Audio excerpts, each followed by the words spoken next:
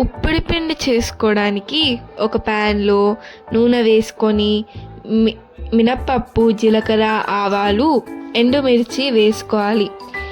దాంట్లో కట్ చేసుకున్న ఆనియన్, పచ్చిమిర్చి, కర్రీ లీవ్స్ వేసుకోవాలి.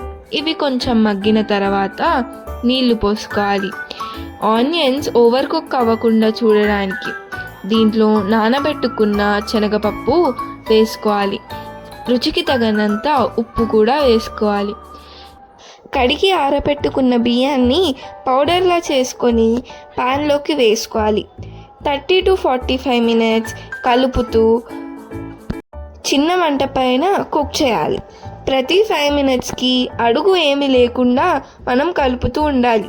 ఈ రెసిపీకి 1 కప్పు బియ్యం పిండికి 1 కప్పు వాటర్ పోసుకోవాలి. అంతే, టేస్టీ వేడైన ఉప్పిడి పిండి రెడీ. ఇది చాలా బాగుంటుంది.